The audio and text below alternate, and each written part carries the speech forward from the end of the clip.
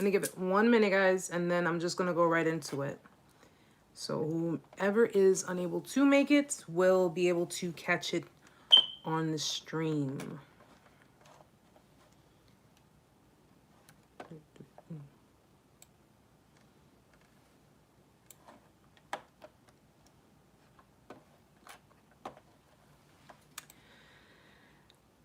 All right. What the hell? Let's just dive into it. Okay? Guys, welcome to Intuitive Vibes, Narc Survival 101. I look like a hot mess right now because I'm just coming from work and I've been completely exhausted this entire week. I missed Tuesday's live because, well, I have a lot of different things going on. Good things, though. Very, very good things. So let's just say I have a reason to be happy. So guys, we covered a lot of different things in last week's live. And of course, the weeks before that, we've, you know me, I like to cover all my bases.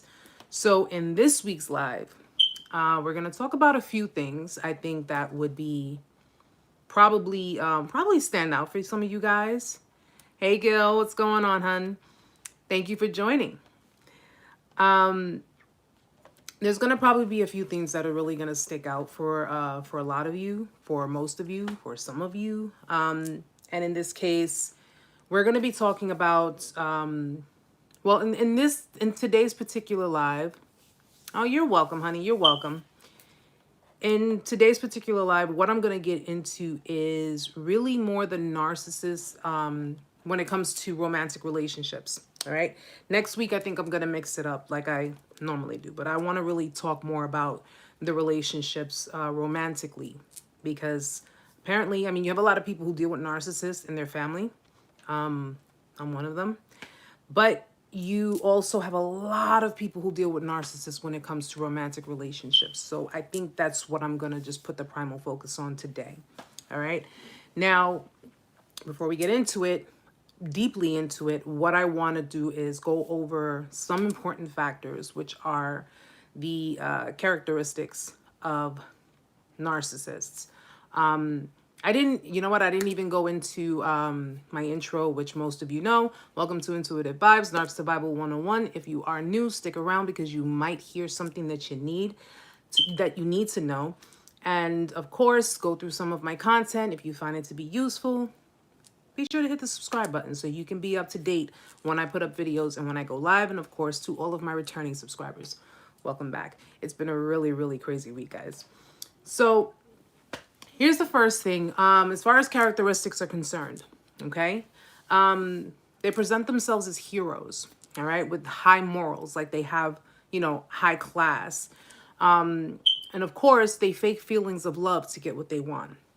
Now, we know that narcissists are posers. We know that they are they're not original. They're not the original kind of people, okay? They are the kind of people who really flow with the trend, all right? And if you're flowing with the trend, you're not really being a trendsetter, obviously. If you like to do your own thing and you like to live your own life the way it may seem unorthodox to other people, it may not seem like something that's normal, that doesn't necessarily make you a bad person. It just makes you who you pretty much are.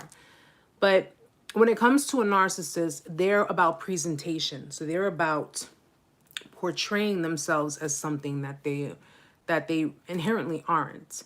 And in this case, putting themselves as people who are heroes. So you may come across narcissists who appear to be humble, appear to have high morality. And by high morality, I mean that they can look at certain behaviors of other people, or they will give the impression that they look at certain behaviors of other people and they have this kind of attitude where they're, oh, that could never be me. I couldn't see myself doing that. I would never do something like that.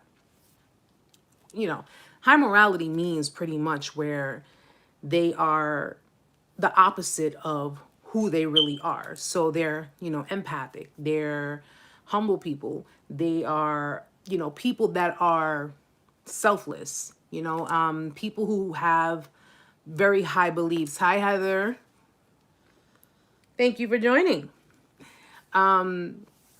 There are people who, you know, believe in God. There are people who believe in a higher power, things to that effect. So they will give you this kind of impression that they are very respectful, very respectable, and very respecting people. The reality of it is that it's all a facade.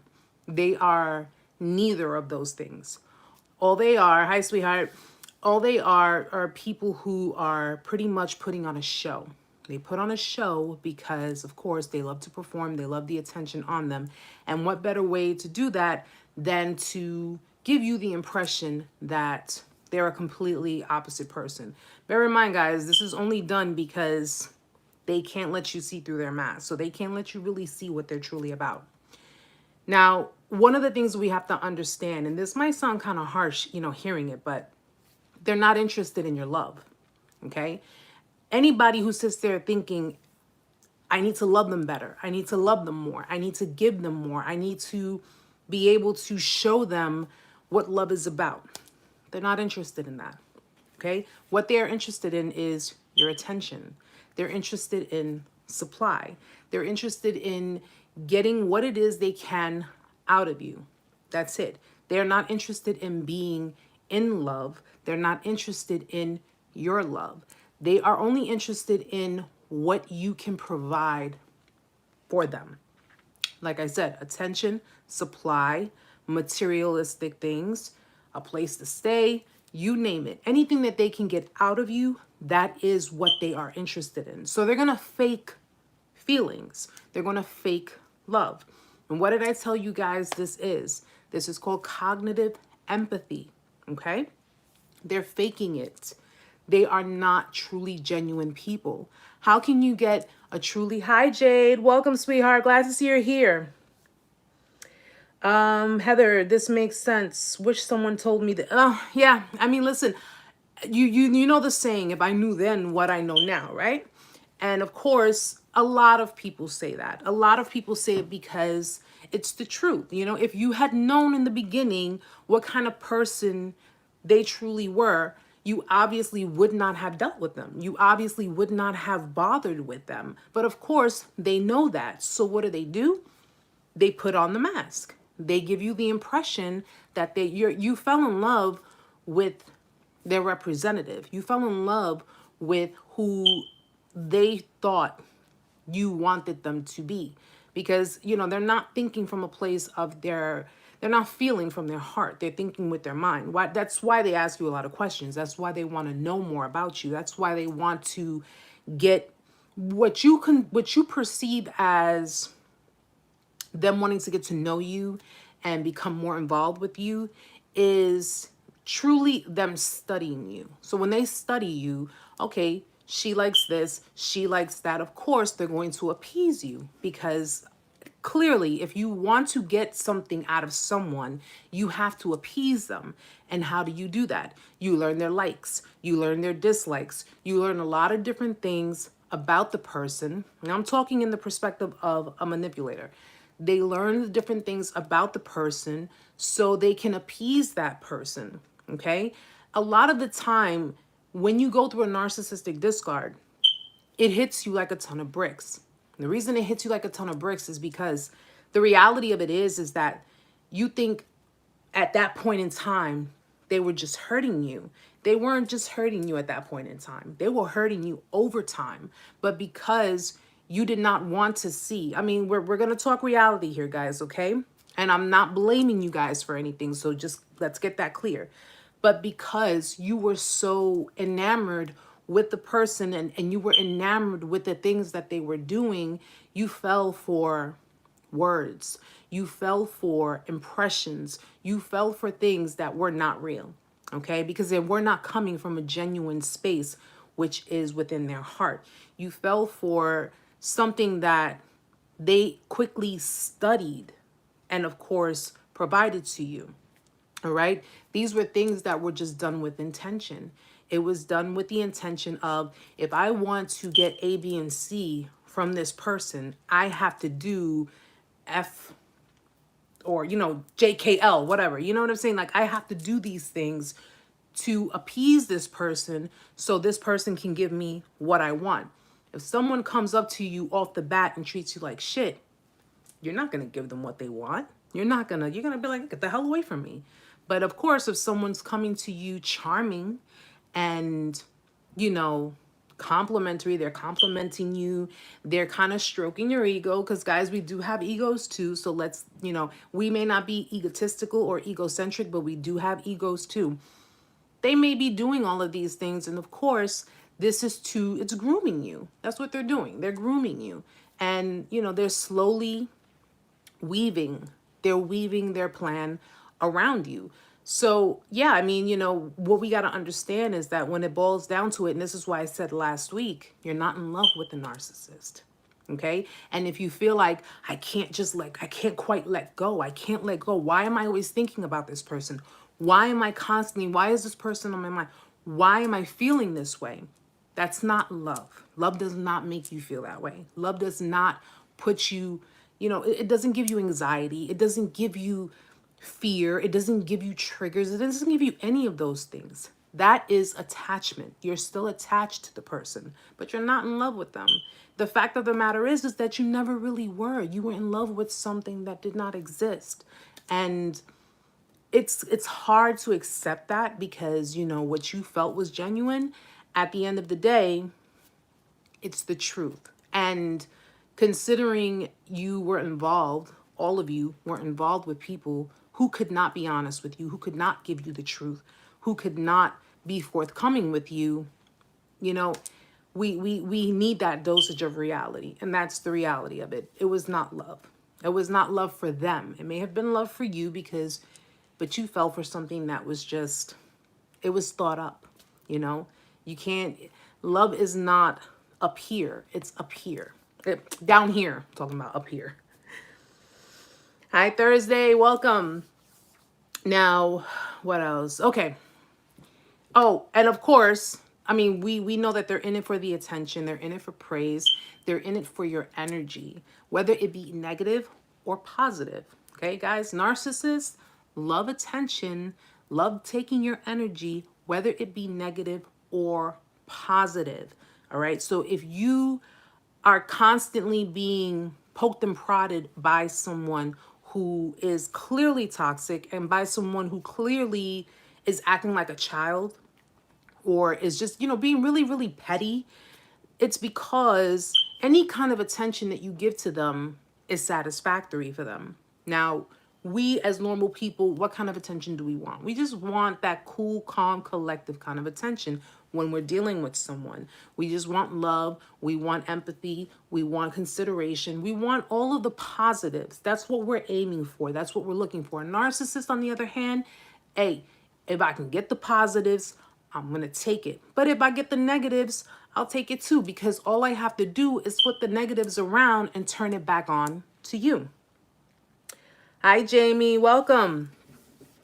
All I have to do is flip it around and turn it back to you, and have everyone else surrounding us think that, you see, this person's the problem. Because naturally, especially with covert narcissists, you know, coverts, they do things, you know, they do things very, very stealthily, but they will reverse the roles. They'll flip everything around. And of course, what's going to happen? You're going to react, right? When you react, they're going to make sure that it's a reaction that everyone can see, or it's a reaction that, you know, they can go run back and tell everyone, you know, I didn't do anything to this person, or I was just, you know, doing me, and look at how this person is reacting. But they don't tell the people the things that they were doing to cause that reaction. This is why I tell you guys, don't react to anything.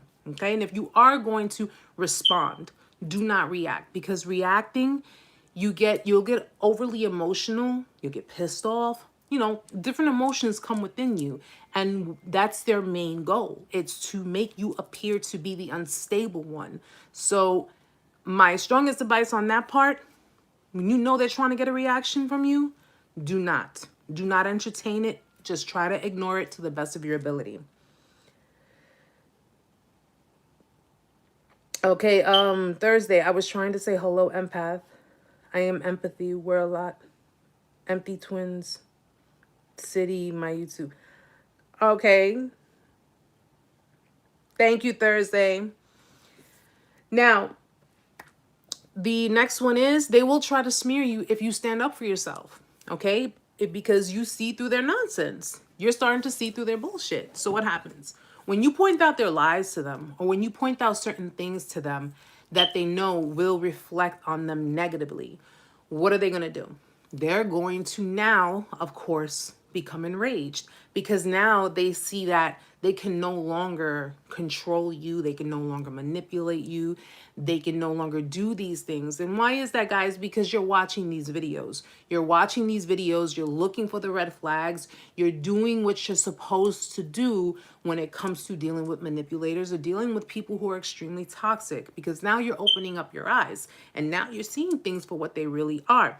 So when they try to come back, or they try to manipulate you further, or they try to say certain things, they use keywords. Careful with it, guys, because narcissists like to use keywords that can trigger you. It could trigger you emotionally, it can trigger you mentally, and in some cases it can trigger you physically. So you have to be very, very careful.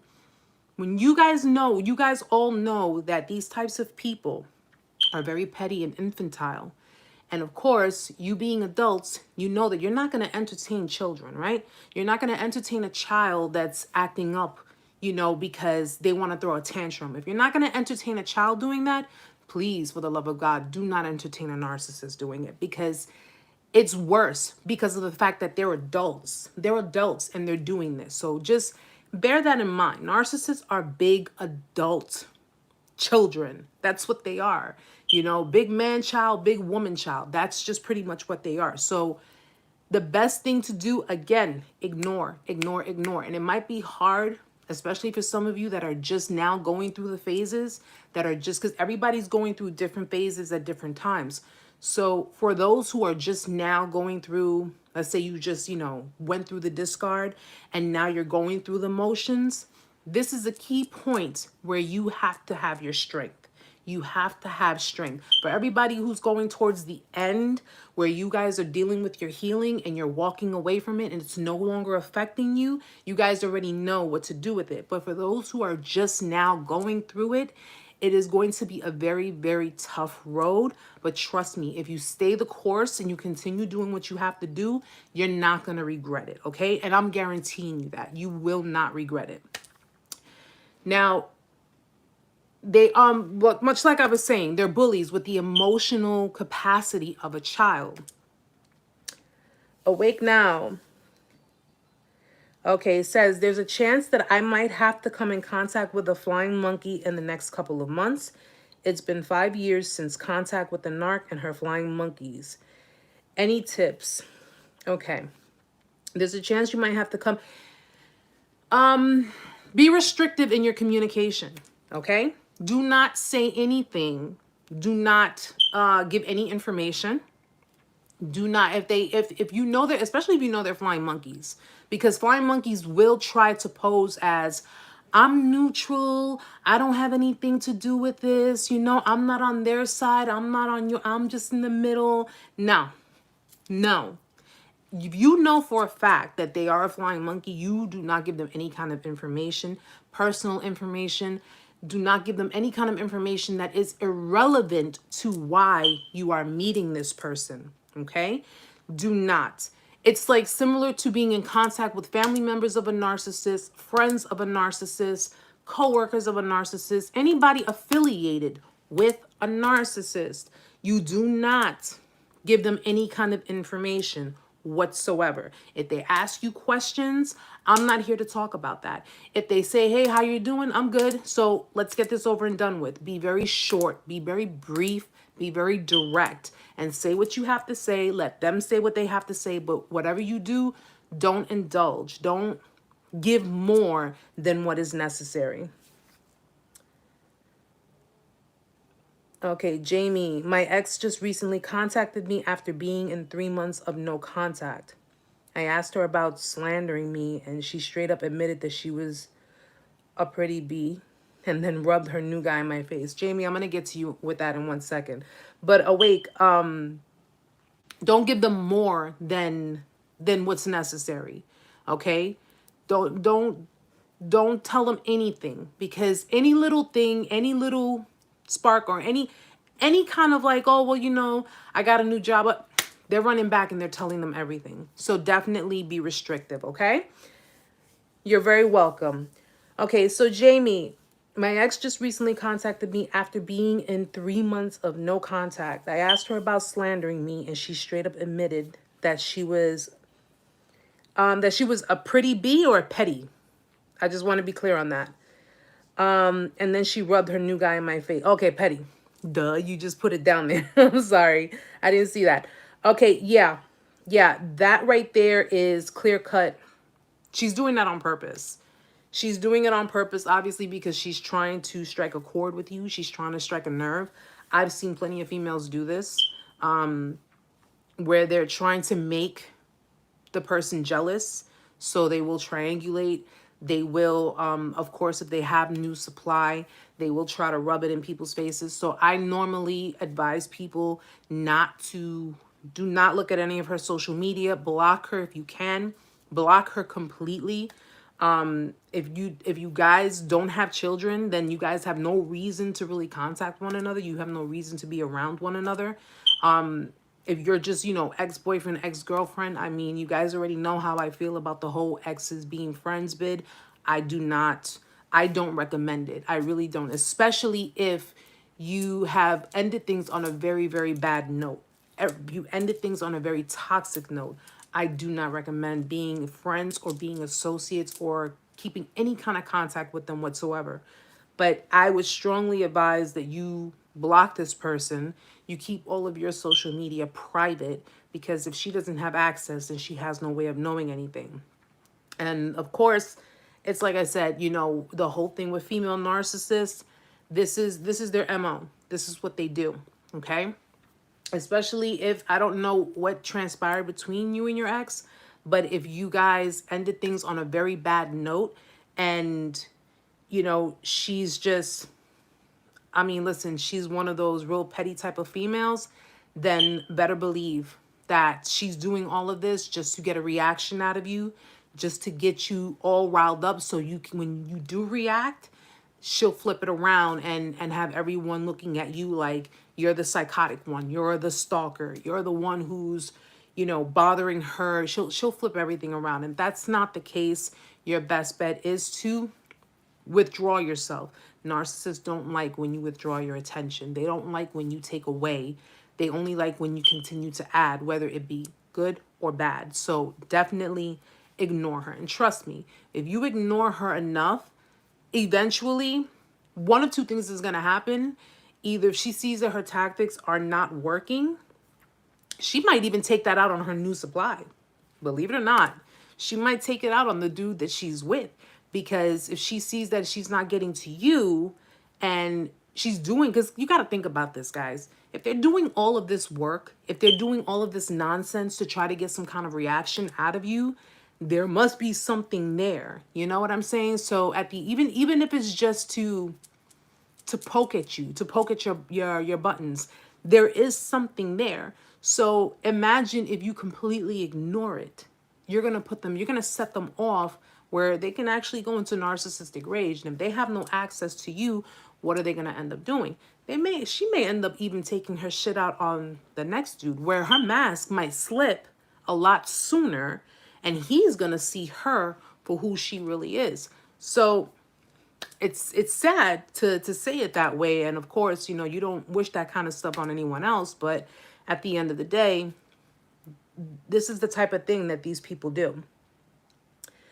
Billy, I confronted my mom about abusing my little 6-year-old brother because every time I pick him up, I don't live with her, he has bruises, scratches all over his body. So this has been going on for a year, and I'm just now saying something. Now she won't let me see him.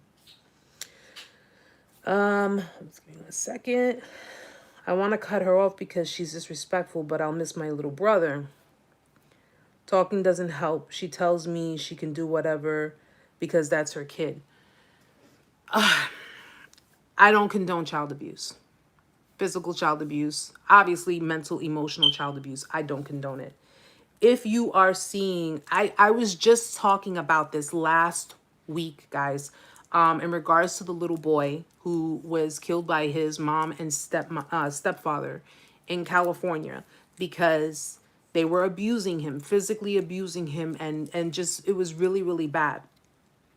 I am not, first and foremost, I'm not a medical professional. Let's get that clear. And secondly, I'm not an attorney. But I'm going to say this, and this is just coming from me.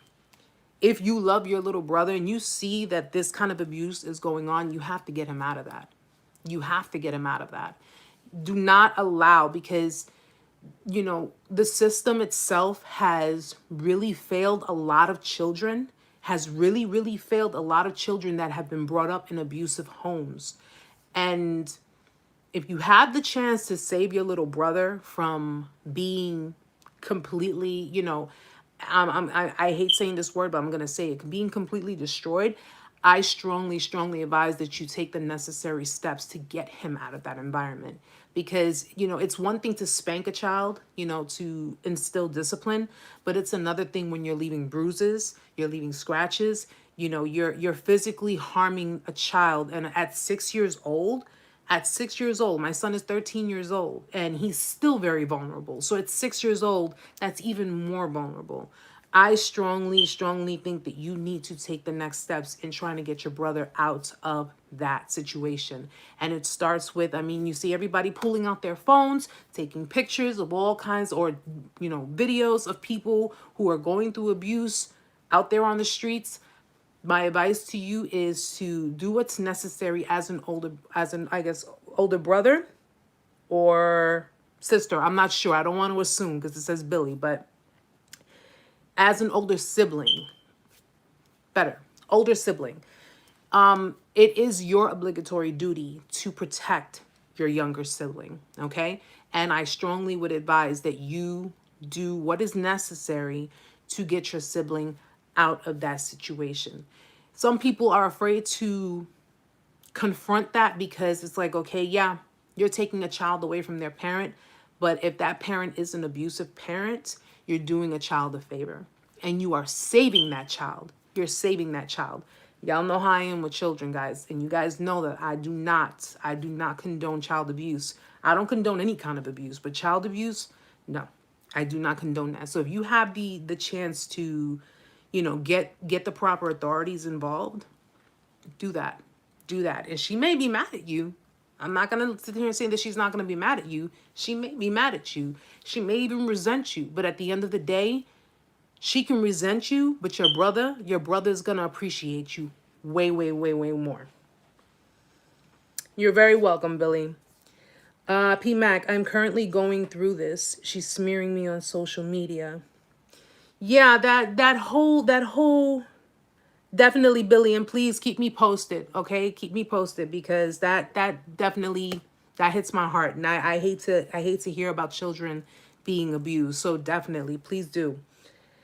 P Mac, yeah, that's pretty much what they do. They smear because, of course, if they have no other avenues to go, you know, and like I said, they do it because they want a reaction. They do it because they want you to jump out of character. They want you to just pretty much, you know, jump at their throat, because they've already groomed other people to believe that you are a certain type of way. They've groomed people to believe that you are the unstable one. You know, even before the discard, before they even discarded you, they've already groomed other people to think that you are the problem. You're the reason why it didn't work out. You're the reason why this happened and that happened and everything. And of course, people are going to believe them because they're getting to them first. But when it boils down to it, if you notice, guys, they're smearing people. They're not smearing people, but they're smearing you in front of people that know them. If your true friends and your family members and whomever it is that's affiliated with you know who you are, and they know not to listen to that nonsense, then you have nothing to worry about. Absolutely nothing to worry about. But when it comes to the smear campaign, that's why they're called flying monkeys. That's why people around the narcissist are called flying monkeys, because they are affiliated with the narcissist. They're affiliated with that person who's doing all of this. And what do I tell you guys? If you're anything like me, tell them to go fuck themselves. Okay, Billy, perfect. Please do. My email will be in the description box below, so if you want to shoot me an email, I will definitely appreciate that. Awake now. One great thing about narcs is they let you know who your friends and family really are. Yes, they do. They do. They do. You know, if you find yourself involved with a narcissist, and in some cases, and let's be realistic, because like I said in one of my lives before, a narcissist is meant to be in your life because it has to trigger something within you. It has to trigger certain things within you. Narcissists are people of the season. They're not people of a lifetime. They're people of the season, okay? And that's pretty much where they're coming into your life to trigger certain things within yourself that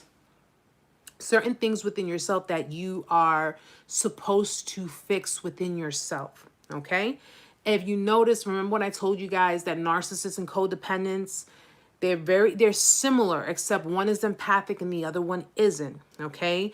One is, codependents have fear of abandonment, so does a narcissist. Codependents want validation, narcissist wants attention. Codependent wants appreciation and just to have emotional stability.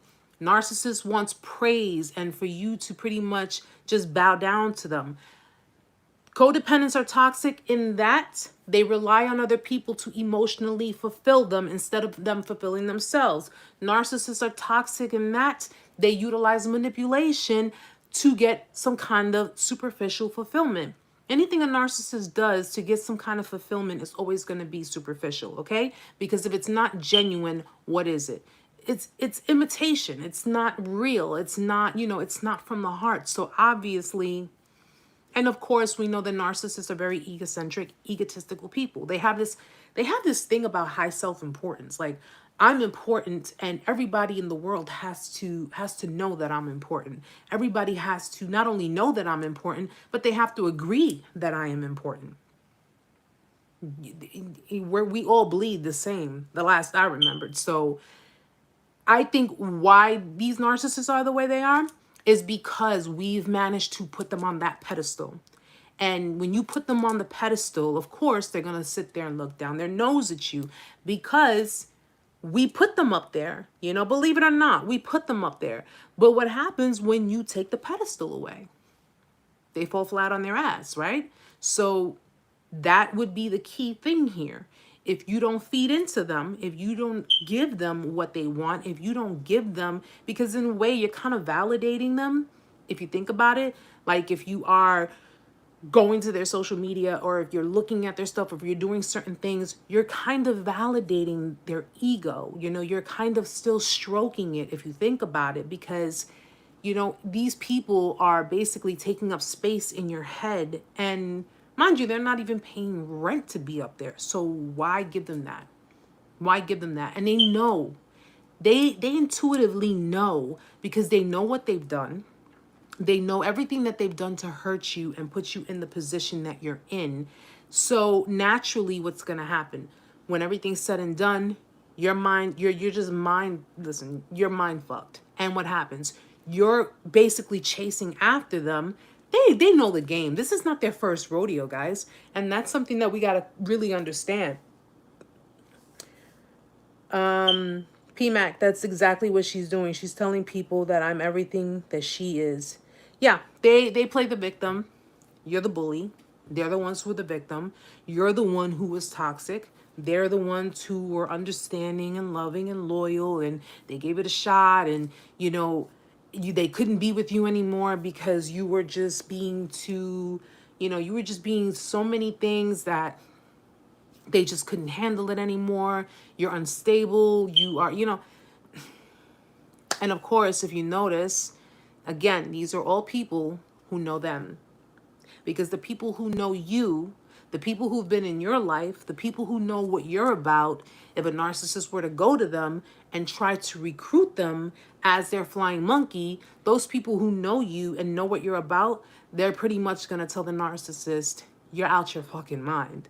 I know this person, and this person would not do that. I've known this person for so long. So narcissists will give that information that false information to people that they know, not to really people that you know, because they already know that if they try to smear your name to, you know, people that know you on like that real genuine level, they know who you are and what you're about, they know that they're bullshitting. So those people are going to put them in their place. And that's going to basically pull their mask down even more. They're not going to chance that. So what do? They'll go to complete strangers, or they'll go to people who know them, because those people were already manipulated by them. You get it? That's why I say keep your friends close, but your enemies closer. So, okay, Jamie, question. Mine seems very emotionally intelligent. Things she says, things that seriously set me back. Like where did you learn this stuff at? How do they do this? Well, okay, Jamie, it depends on the kind of narcissist that you're dealing with, because you have a lot of different types of narcissists, okay? Now, you said she seems emotionally intelligent. Well, you use the key word. She seems emotionally intelligent. Doesn't mean that she is. Most narcissists, well, just like I've explained, and I explained it in a lot of videos, so please definitely look through them, especially on the female narcissist, since you're dealing with a female. They do learn this from their upbringing. They learn this from their parents, okay? Whether it be their mother or their father. This is all, narcissism is a distorted way of thinking, okay? It's a distorted way of thinking. So a narcissist was created to be the way they are because it was passed on to them. It was passed down to them. A narcissist is someone who identifies with their abuser. They identify with the person who was treating them. So the person who was treating you the way they were treating you, someone in their life was treating them that same way. I have to put my my phone to charge. Someone was, I'm gonna keep talking, guys, but I'm just gonna get my charger. Someone was treating them in that same manner. So because they were treating them like that, where the hell is the piece for the, I'm sorry, guys, I should have charged my phone. Okay. Because they were treating them in that manner, you know, which starts at a very young age, an extremely young age. They were treating them in a way that they were, it's transactional, okay? Narcissistic parents have transactional love, okay? It's transactional. You do for me, then I'm going to do for you, okay? That's how a narcissist parent is. So they teach their children that in order to get love from them, the child has to do certain things for the parent. And if the parent finds it to be satisfactory, the child gets rewarded. If the child does not satisfy the parent, if the child does not fulfill the parent's supply, then the child gets punished. And because of the fact that the child does not really want to be punished, because no child does, they figure if I stay compliant with my mom or my dad, they're going to be pleased. And of course, in return, they're going to boost my ego. So mommy and daddy is pretty much, you boost my ego, then I'll boost your ego. You do something for me, then I'm going to do something for you. It's not, I love you unconditionally. It's not, you know, what can I do as your parent? You know, how can I make you happy? And it's none of that. It's, I brought you in this world because, well, I need someone to rest my feet on. I need someone to, you know, narcissistic parents look at their children as laborers, I guess you can say. You know, like that, it's just, these children are here for a purpose, but not the purpose that you and I would normally think. They're here to appease the parents, to take care of the parents. You know, you're here for, I took care of you most of your life. I took care of you all of your life. Now it's your turn to take care of me. Now it's your turn to do something for me. And of course, if you know, if the narcissist decided to defy the parent, then what would happen? Narcissistic rage would come in. The parent would abuse the child. The parent would pretty much project onto the child. And, you know, whether it be physically, emotionally, mentally, they would just pretty much take everything out on the child. And unfortunately, it's a generational thing because the parents had to learn it somewhere too, right? The parents learned it from their parents and so forth and so on. And there are a lot of different roles, a lot of different things that play, you know, play factors in the situation. What happens when the child is a truth teller? They get scapegoated. The child gets scapegoated because no narcissist wants to have a mirror placed in front of them. So if the child is telling the parent the truth about themselves, about the situation, they get scapegoated. And what they do is the parents usually, you know, they would have the family turn against that person. So if the child is not, you know, because if the child is the truth teller, then chances are that's not a narcissist. That's, you know, that's probably either the lost child, the forgotten child, codependent, okay? But they get scapegoated. The child who eventually turns into a narcissist or becomes extremely narcissistic is not going to defy the narcissist parent, because if they defied the narcissist parent, then they wouldn't be a narcissist. So if they didn't agree with the narcissist parent, they would not turn into a narcissist. The narcissist basically goes with the narratives of the narcissist caregiver. You're welcome, Jade. They go with the narrative. And of course, how they turn to a narcissist is when the parent no longer is putting them on the pedestal, no longer fulfilling their ego, no longer praising, high praising them, because you have parents who high praise their children. Then what the narcissist will do is the narcissist internalizes that, and they pretty much say, well, you know what? Fuck it. I couldn't even get my ego stroked by my own mom or my own dad, or I couldn't even get some kind of praise or appreciation or whatever the case may be from my own parent. Then you know what? I'm just going to be about myself, and I'm going to take care of my own ego. And now what they're doing is they're setting up standards for themselves. So now they're basically going above and beyond what the narcissist parent would have done. So if mom was giving him, let's say, 40% supply, that was boosting his ego. And of course, if he decides, well, you know what? That's, that's all you're going to give me. That's not enough.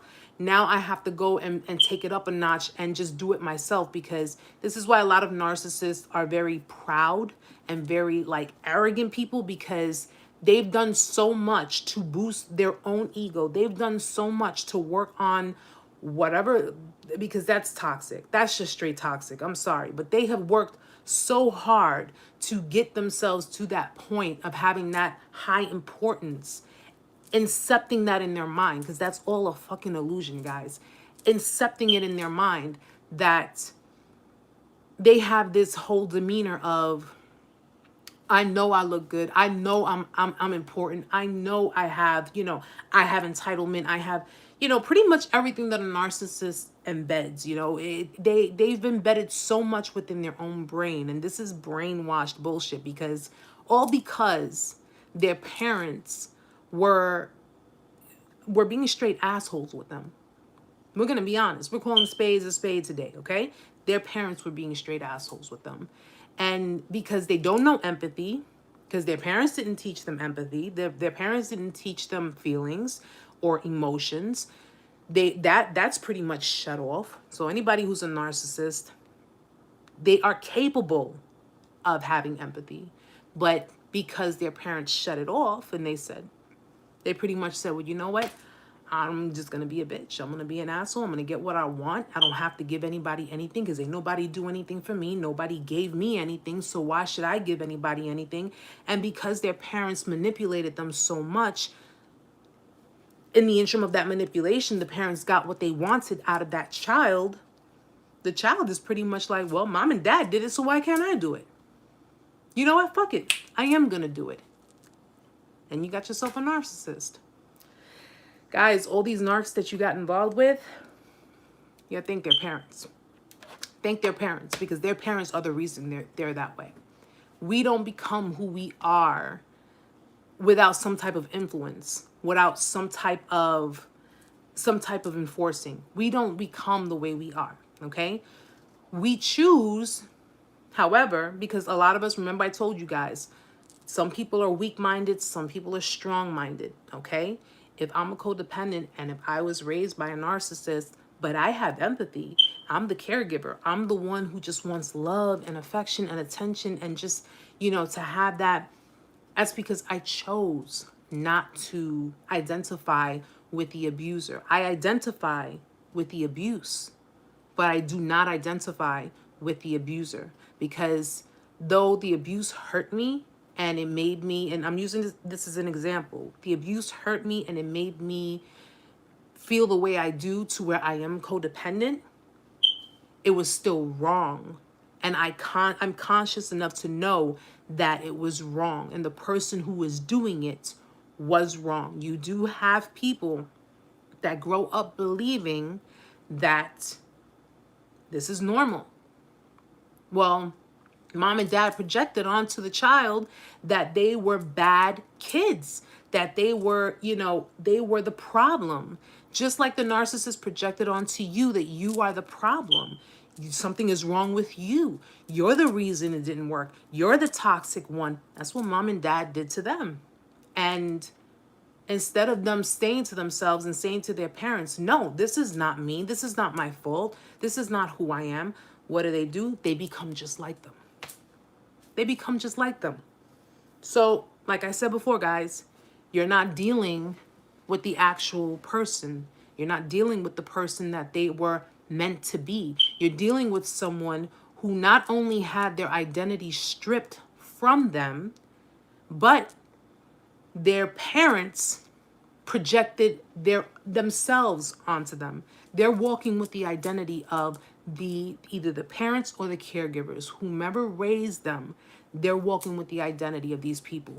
They don't even have their own identity. Okay? That is what a narcissist is. That's what a codependent is too. A codependent walks with no identity because they lack. They lack because they have that fear. Codependents have that fear of being alone. They have that fear of being hurt. They have that fear of being, not only being abandoned, but they have the fear of that they're never going to really be emotionally fulfilled because they rely on other people to fulfill them because their parents wouldn't do it for them. Hi, Andrea. Welcome.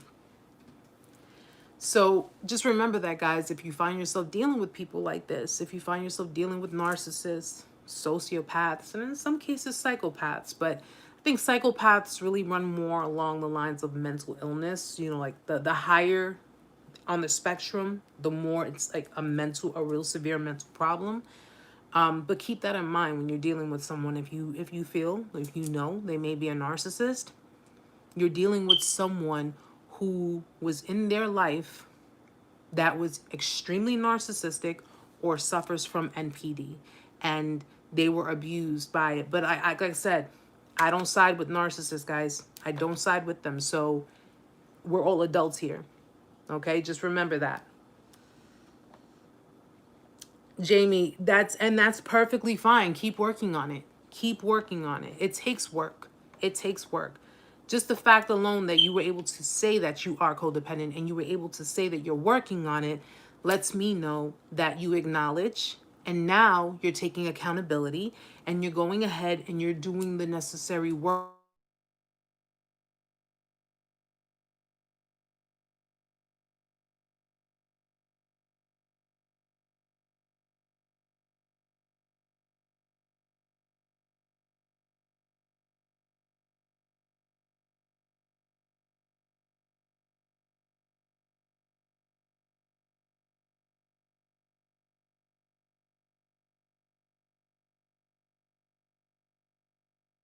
Oh, sorry about that, guys. It froze and I don't even know what the heck happened with it. But definitely, Jamie, keep working on it. Keep working on it, and trust me, you're not going to regret it. You're not going to regret it, because once you overcome your codependency, you're going to enjoy your autonomy so much that you are not going to allow anything or anyone to interfere with that. Okay, guys. So now here's another thing that I wanted to talk about. Why narcissists surround themselves with their exes. Okay. This might be a little bit more interesting because I know a lot of you probably have dealt with people like this. And it's probably one of the reasons why, because I've done a video on it, guys. And if you haven't seen it already, it's reasons why a narcissist wants to stay friends. So if you've ever been discarded, or if you've ever broken up with a narcissist and they say, well, you know, let's still be friends. Can we still be friends? The reason they do this is because, well, you already know the obvious reasons, right? You know that they do this because they want to be able to come back in whenever they want. They want to be able to, you know, have you in their life no matter what, whether it be good or bad. But a lot of the time, narcissists keep their exes around, keep their exes, people they dated, people they've dealt with, whatever the case may be. They keep them, surrounding them, because, well, they love to recycle, okay? They recycle exes. Now, most people wonder, why does a narcissist do that? If they go through all this trouble to doing a discard, and they go through all this trouble and smearing and doing all this unnecessary nonsense, why keep exes around? This depends. Because if you were the kind of ex that they felt was really weak, that they could really maneuver around, that they could really use, and they felt that your supply was, at the time, because you know they get bored, if they felt that your supply was exceptional, you know, at the time, they will try to keep you within their vicinity, okay?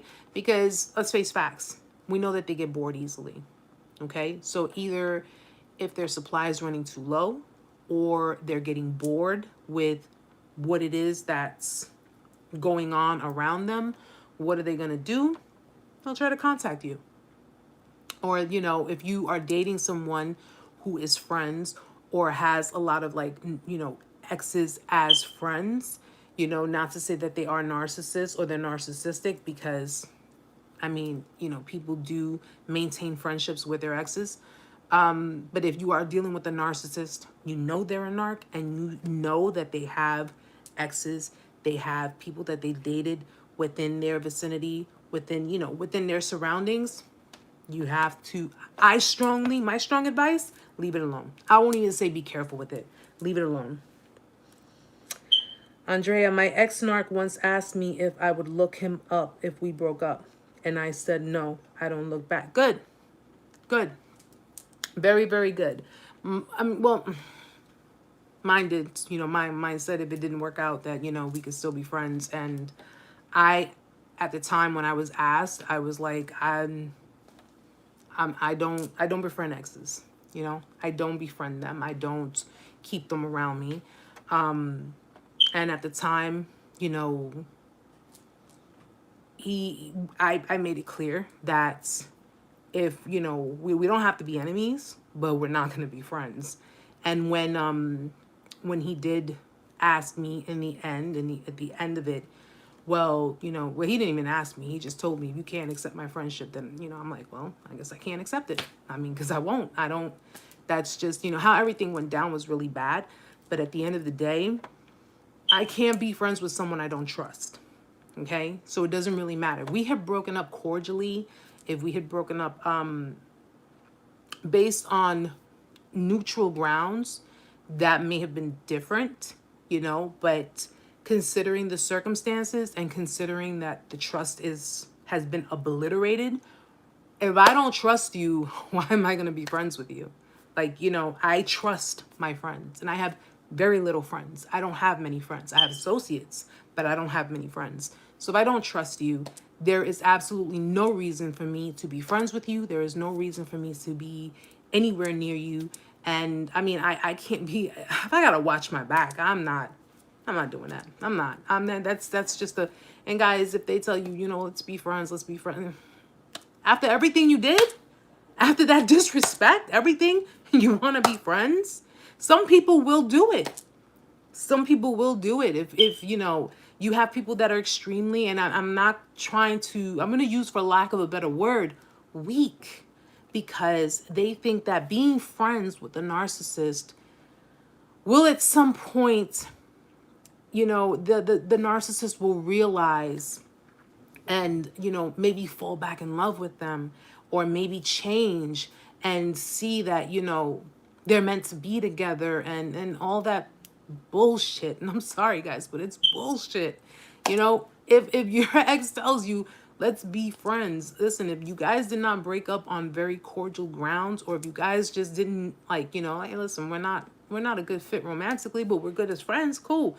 But not on some, I'm gonna screw you over and go for new supply and disrespect you and make you look like shit and make you feel like shit, and then sit there and say, you wanna be friends? Can we still be friends? I mean, we can still be friends, right? Get the fuck out of here. Yeah, that's my Brooklyn accent. Get the fuck out of here. No, no, no. We will not be friends. We won't be enemies, but we will not be friends. It's not gonna happen. Not gonna happen.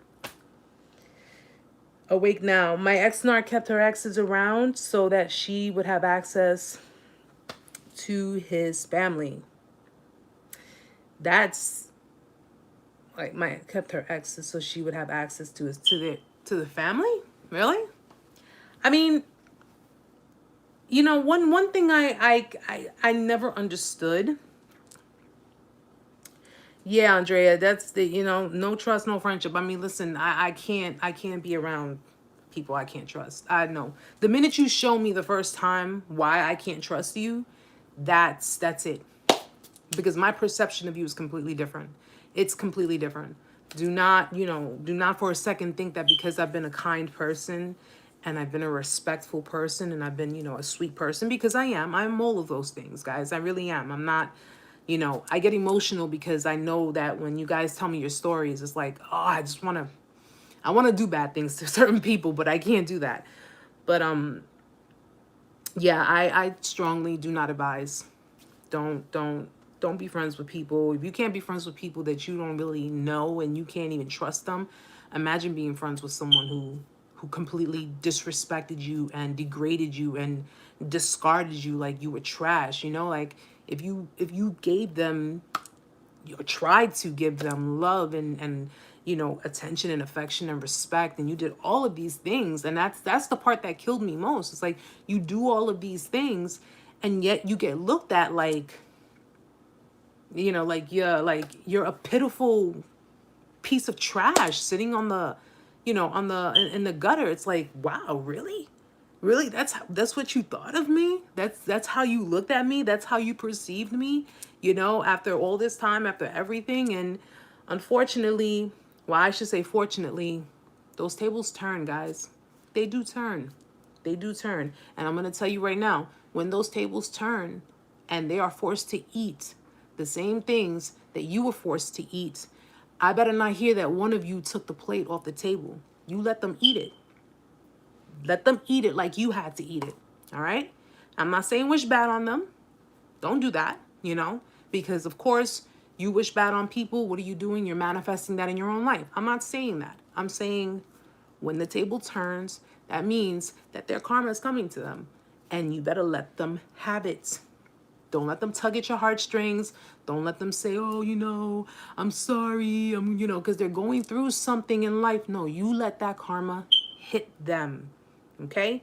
Just like you have to face karma, let them face theirs. So don't let them come with the crocodile tears talking about, I'm sorry. I didn't mean to hurt you.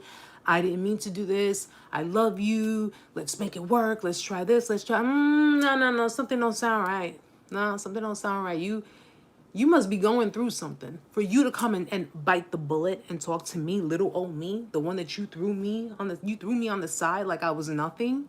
And now, because I'm stronger, and now because I'm getting my life together, and now because I'm no longer hurting, I'm no longer losing sleep, I'm no longer being triggered, I'm no longer doing any of these things. Why? Because God is blessing me, because I learned my lesson.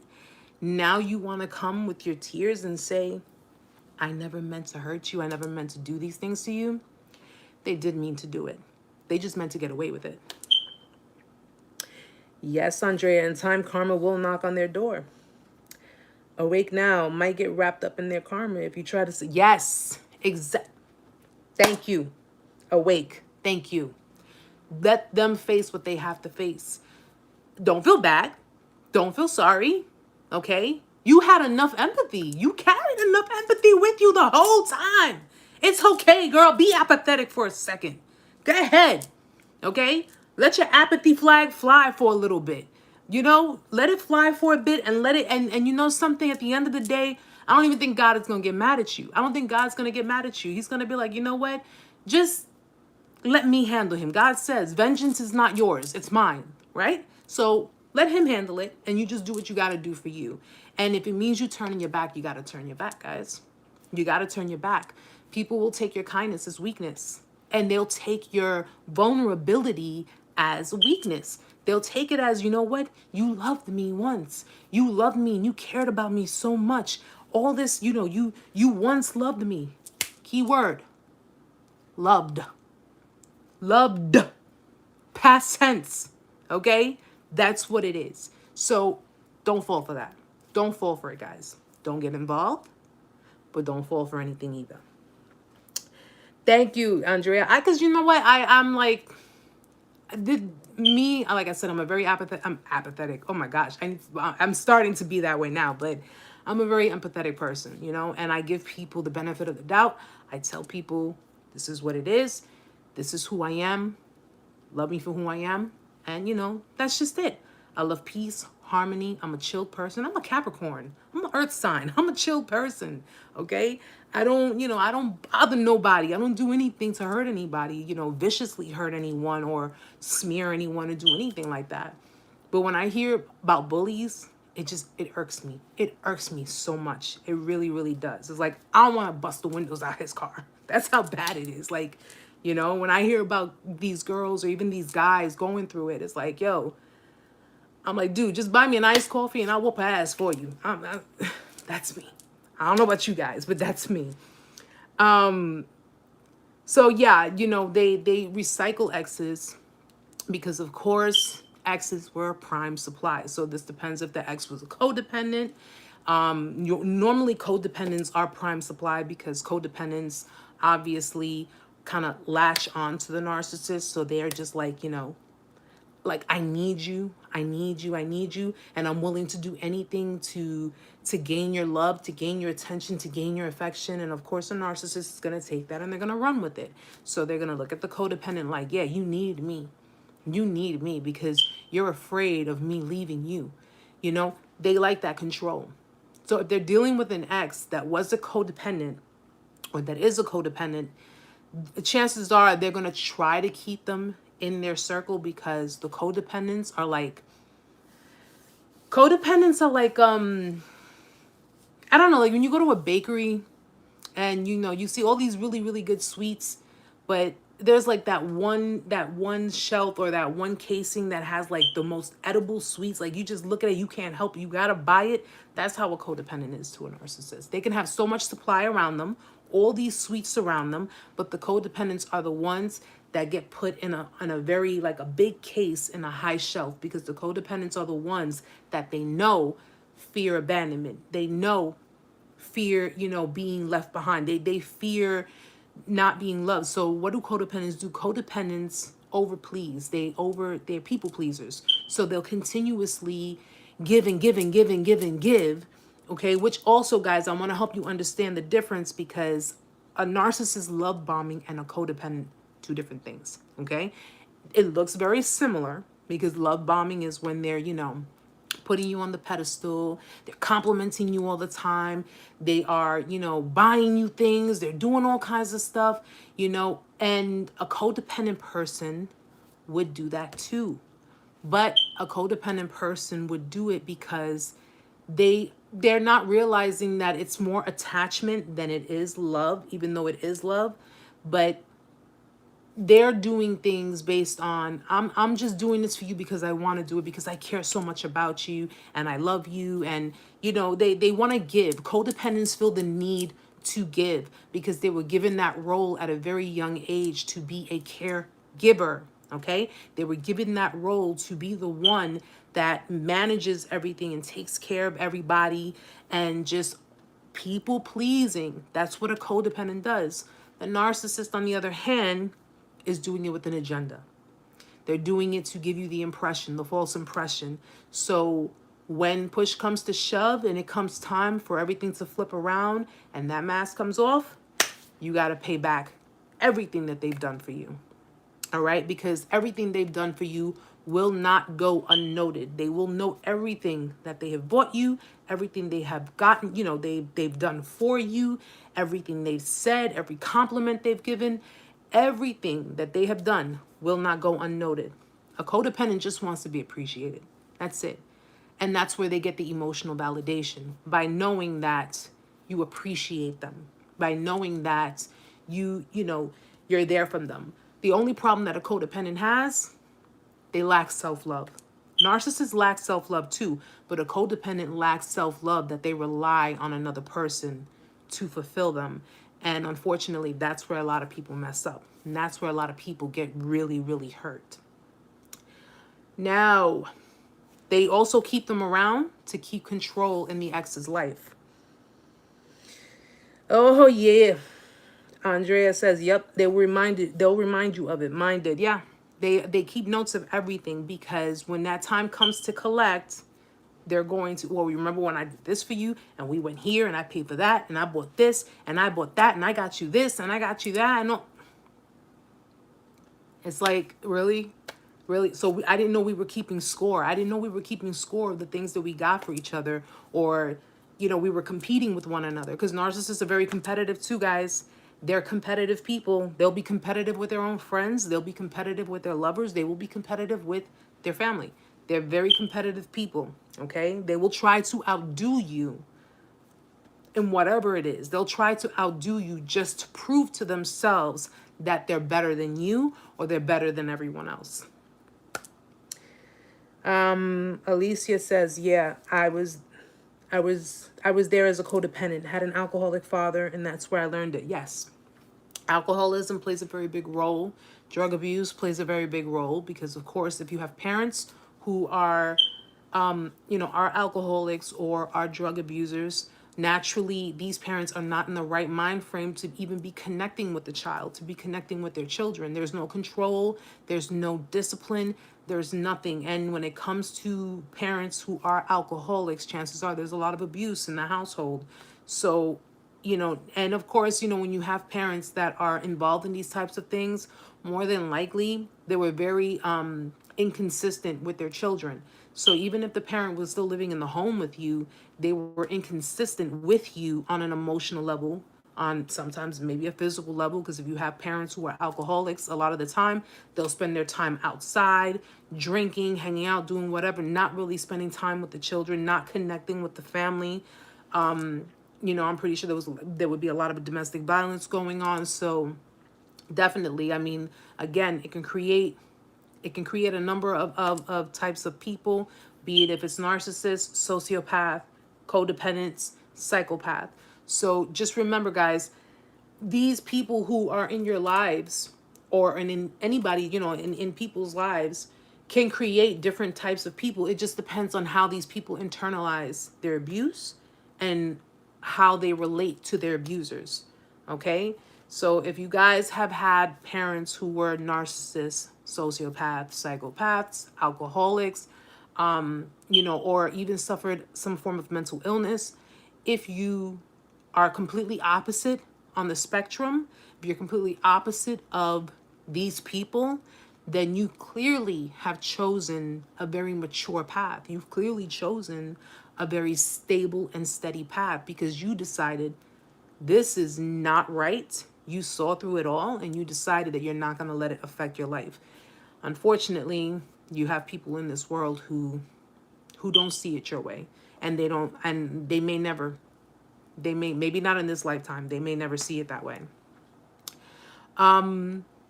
But yeah, they basically keep exes to control the ex's life, because they feel a sense of entitlement. So if you have a narcissist who's an ex who is constantly trying to be involved in your life, constantly trying to be around, and you're like, yo, what, what is, we broke up, what do you want? And it's just, you know what, let's be friends.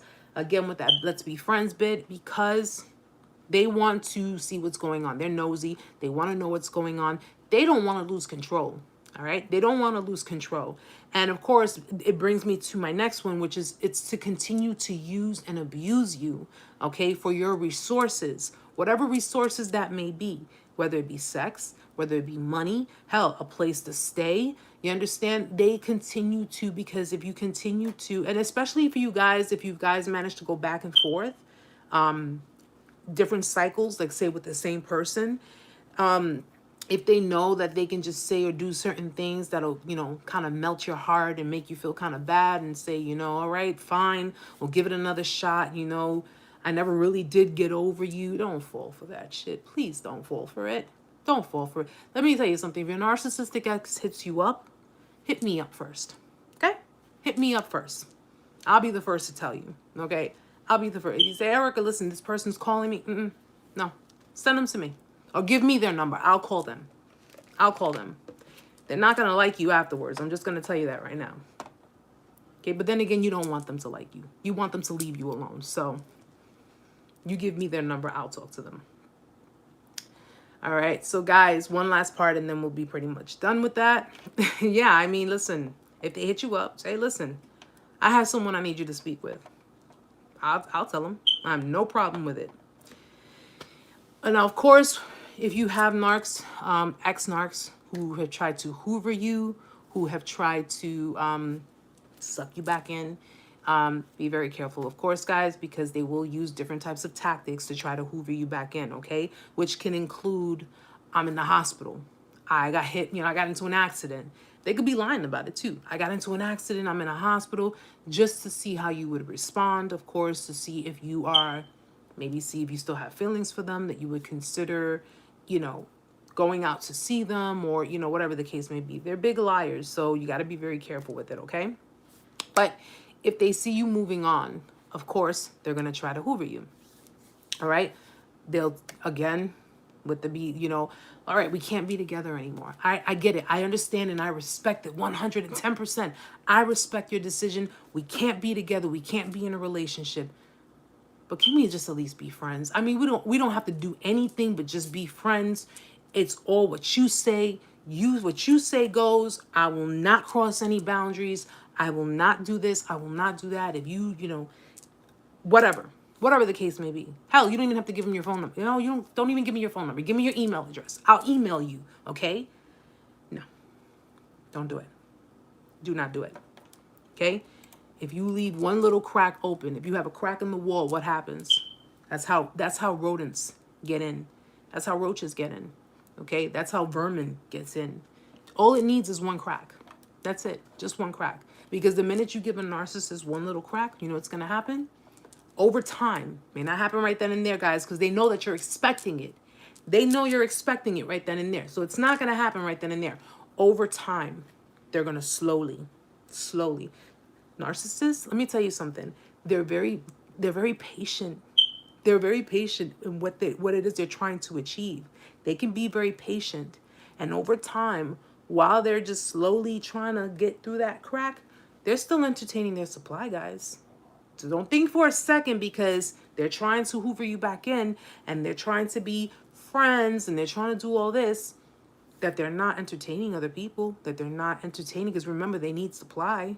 And of course, because they have to chip at the ice that's surrounding your heart, they're still going to be entertaining other people. All right. And of course, if you decide to let them back in, guys, you're doing that at your own risk. Okay. You're doing it at your own risk. So the only way I can truly, honestly say, and even with that, I don't trust it, is if they try to, if they show you proof that they're going for help, that they are getting help, they're trying to get help. And even then, I am so I'm very paranoid when it comes to stuff like that. I just don't trust it. Listen, I count my money when I pull it out the ATM. I don't know about you guys, but I don't trust it. And if I don't trust it, it makes no sense. It just makes no sense. So if they tell you, well, let's try to make it, no, it makes no sense. I don't trust you. And I'm not going to drive myself crazy wondering what you're doing, where you're at, who you're with, who you're talking to, and do all of that. Why? No. Don't drive yourself any more crazy than what they've already driven you. If they see you're succeeding without them, this sparks jealousy, okay? It sparks envy. And they will try to hoover you back in to try to take a piece of your success. Yeah, awake. Yep. Could be a ploy. Absolutely. I told you guys that they can even manipulate therapists, psychologists, psychiatrists. They know how to manipulate them. Okay? So, especially the covert ones, guys. The covert ones are the ones that you really got to be on the lookout for. Covert. You know, if you notice there's certain ways in public, but then when you're home in private, it's like something totally different. It's like, yo, you don't recognize this person. You're like, what the hell is wrong with this person? Like, why are you even being this way? You weren't like this 10 minutes ago. And now all of a sudden you got this whole... No. If you learned your lesson, stay away from them. Just stay away from them, guys. Don't bother with them. You know, you learned it. Now you know the red flags. Now you know how to deal with it. Now you know how to handle it. Keep it moving. Just keep it moving. There are 7 billion people on this planet. There are way too many people on this planet for you to sit here and just be focused on someone who couldn't even respect you, you know, who degraded you and just demeaned your character and demoted you, and then has the audacity to come and say, you still stuck on that? Like, after all this time went by, oh, you still mad about that? You're still upset? I mean, that happened how many years ago, you know? We've grown. No, my man, I've grown. I don't know where the hell you've been or what you've been doing, but I have grown. And at the end of the day, what I've grown into, what you grow into after dealing with a narcissist, after enduring narcissistic abuse, and you know what to do with yourself from that point on, you're way beyond their level. You're no longer on their energetic level. You're up there. They're still here. And they're still going to be here. They're always going to be here because that's where they choose to be. Because they're not going to change. Especially if they've been like that throughout their entire lives. They're not going to change. They wouldn't change for you, and you show them love and loyalty and empathy. What makes you think they're going to change now? No. Sorry. I wish I had a better alternative for that, guys, but unfortunately, no, I don't. Now, they will use children to tug at your heartstrings, okay, and try to get you to communicate with them or come back. So if you have children with them, they will try to use the kids as, you know, as bait. They will try to use the kids as bait to try to get you to, you know, maybe they'll have the kids call you and, you know, and tell the, you know, maybe prop the child to be like, oh, you know, mommy talk to daddy, or daddy talk to mommy for a second, or whatever the case may be. Excuse me. They'll use the children as bait to try to control you. Narcissists who have, you know, if you have children with narcissists, they will, that's part of the hoovering tactics. They will try to, you know, they'll make like mountains out of molehills, you know, like any little thing when it pertains to the child, they're constantly calling you. They're constantly contacting you. They're constantly like, oh, you know, something happened, and you're calling like, what happened? Oh yeah, you know, he fell and he, you know, he scraped his knee, but he's okay. Did he bust his head open? No. Did he cut his hand off? No. So he just fell and scraped his knee. Yeah. So you calling me at 2 o'clock in the morning to tell me that he was running outside playing or whatever, you know, not 2 o'clock in the morning, but you know what I mean by it. And he just scraped his knee, which is what all children do. Yeah, but I just, you know, you're his parent. So, or, you know, I just wanted you to know what was going on. That's an excuse. Okay? If you're in a relationship with someone else and you have a child with a narcissist, of course, they're going to make it their business to call you because there's always something wrong with your child. This is going on with the child. That's going on with the child. This is happening. That's happening constantly, just constantly, because a narcissist needs you to have your mind on them. They need you to have your mind on them. They need you to, for some reason, listen, I'm not going to even front with you guys. My ex's ex is a narcissist, okay? I know this for a fact. And I always felt the tension when the calls would come. I stay to myself. Whenever the call comes in, I don't get in between anybody's, when it comes to their children. I don't get in between that. Ain't got nothing to do with me. Unless you ask my opinion, it's not going to have anything to do with me. But that residual energy was there because of the fact that whatever history happened between the two of them, it was there. I felt it. I would hear it. Half the time I was paying for it. But it was there. And, it could be any little thing. And the issue was that it was more like he was at her beck and call. She snapped her finger. He had to go do it. So, and because he enabled that behavior, because he did, he enabled that behavior. He was, every single time she would call, okay, fine, yeah, okay, I'll go do it. I'll go do it. I'll go do it. I'll go do it. I'll go do it. I'll go do it. You understand? He was very, very very just doing whatever it was that she wanted him to do. Okay. And when it boiled down to being in a relationship, obviously it's a little different, because when you're in a relationship, it's like, okay, I got to consider this person too. Not that I'm not trying to tend, but at the end of the day, when your child is a certain age, your child knows certain things. They know right from wrong, and you know what to do when it comes to your child. But of course, it was when she snapped her fingers, because that's that entitlement. I'm the mother of your child. Okay. And at the end of the day, I was just a girlfriend. But because she was the mother of his child, she had more authority over me. Okay? You don't have authority over me. Your child has authority over me, but you don't. And at the end of the day, your child was still alive. Your child was still breathing. Your child was okay, having fun, having good times. And what happens? Any little thing. And when it boils down to children, guys, listen, we do what we got to do for our kids. I never knock anyone. If you got to leave me to go tend to your kid, go tend to your kid. Do what you got to do. But I knew for a fact that that residual energy was there, because if you dealt with someone who's a narcissist, even if you come in their presence, you could be fully healed, guys. But if you come in their presence, you're going to feel like, not anxiety, but it's just your body's going to tense. You're going to feel that tension. You're going to feel the tension, even though you are over it, and even though you have gone through your healing, and you're just going to feel, it's always going to happen. It's always going to come. And I felt that tension. I saw the tension. I knew that tension. So when it boiled down to it, it was like, no matter what, she always could find the way to poke at him, to trigger him. She could always find the way to, either do that, or because she knew that the kind of relationship they had, the kind of things that they had from their past. Yes, very dark energy. Very dark energy, Alicia. I absorbed that energy. That energy was so dark in my life that it caused so much fights, petty fights, constant bickering. It was just constant. Like I was so convinced, honestly, guys, and I'm gonna be real 110% with you guys.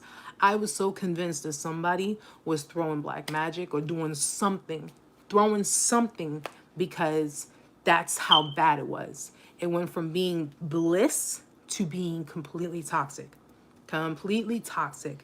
And, at the end of the day, I never challenged anything, because at that time I was codependent. At that time, I'm thinking I'm going to give the benefit of the doubt because, well, according to him, there is nothing going on.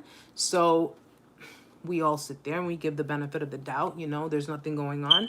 It's not like he wasn't forthcoming on certain things, but at the end, I always knew, I felt the tension. And that, because when you go through things unhealed, mom, relaxed.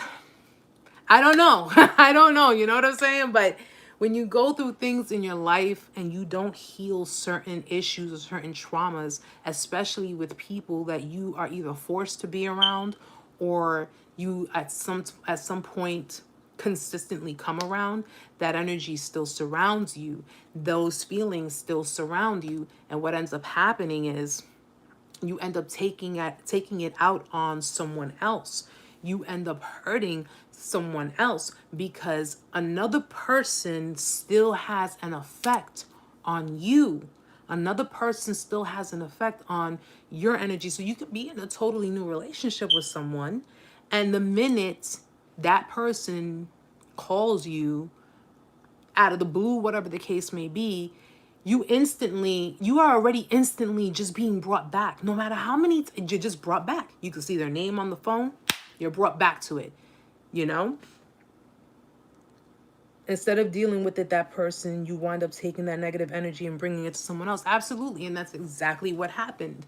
That is exactly what happened. When you don't confront your abuser, when you don't confront the people or the person who has hurt you, who has destroyed you, who has made you feel inadequate, who has made you feel whatever feelings, when you don't confront, and I'm not saying confront them like, yo, meet me outside, we about to do this. I'm not saying that. What I'm saying is if you don't confront them on how it made you feel, on letting it out, releasing it, and letting them know that, you know what, it's over. I said what I had to say, and I'm moving on with my life, and I am not going to look back on this anymore. Because once you release it, then, you know, if you, narcissists, they expect you not to confront them. They expect you not to be mature about it. They expect you not to be, you know, they don't expect you to be a man or a woman of your word and saying, I am done with this, and I'm done with you and this black cloud that's over me. I'm done with that. They don't expect you to do that. They expect you to be in that low vibrational energy. They expect you to just be like depressed and anxiety filled and losing sleep and just feeling disgusted with your life. They live off of that, guys. They live off of that. So when you decided, you know, when the discard happened and you decided, I'm not going to be with anybody, and they saw that you weren't being with anybody, they saw you weren't dating anybody for years, they saw that nobody else was coming into your life because of the damage that they caused you, okay? How many of you have dealt with one and decided, fuck this, I'm not doing no relationships, I'm not being with anybody? You're letting them win. You're letting them win. Because when they see that you are not, I mean, listen, don't rush into anything until you've healed. But when they see that you have decided to give up on love and give up on everything because of what they did, because of the damage that they did, you really think they're not sitting there like, because I got it like that? No. They are. They are. They've accomplished something. They've managed to hurt you so much to the point that you don't even want to be with anybody. You don't even want to be happy because you don't think that you deserve to be happy. That's me. Been alone for 2 years. I don't even dare to even entertain the idea of dating any. You know what? I've been the same way. I've been the same way. But I've been the same way because, as we say, que me da asco. You know what I'm saying? Like, I feel emotionally and romantically right now like impotent. I don't really feel like I have so much going on in my life that I don't even have time for a relationship. It's not even that I don't have time for one. So when I look at it, at least I know it's not because of what I've been through. Because I already know red flags. I already know what to do. I already know how to feel. I already know, okay? I already got my palo over here because in case anybody try to get stupid, they get in the freaking back to the skull. I'm not playing that no more. But it's because I have so much happening in my life right now that I'm not even desiring one right now. But it's not because, oh, you know, I never want to be in love. I never want to be in a relationship. I never want to be, you know. It's just because it's like, I got too much going on for myself. I'm putting me first. This is me putting me first. As an ex-codependent, that's the first thing that we do. We put ourselves first. Alicia, I understand it too, but right now I'm in such a better place. But it's not about the ex-narc. A man is a desire, not a need. Absolutely. Absolutely. You desire a man, but you don't need him. Just like you guys desire a woman, but you don't need them. You don't need them. Okay? And if you go on in your life with that pain and you say, I'm done because of what? Because of what this person did. Let me tell you something. This person did what they did to you. This person hurt you, lied to you, cheated on you, did everything, used you, abused you, abandoned you, played you, smeared you, did everything. Why? Because they're internally fucked up with themselves. That's why. And they have they have no intention on confronting their own abusers. So what do? They take it out on you.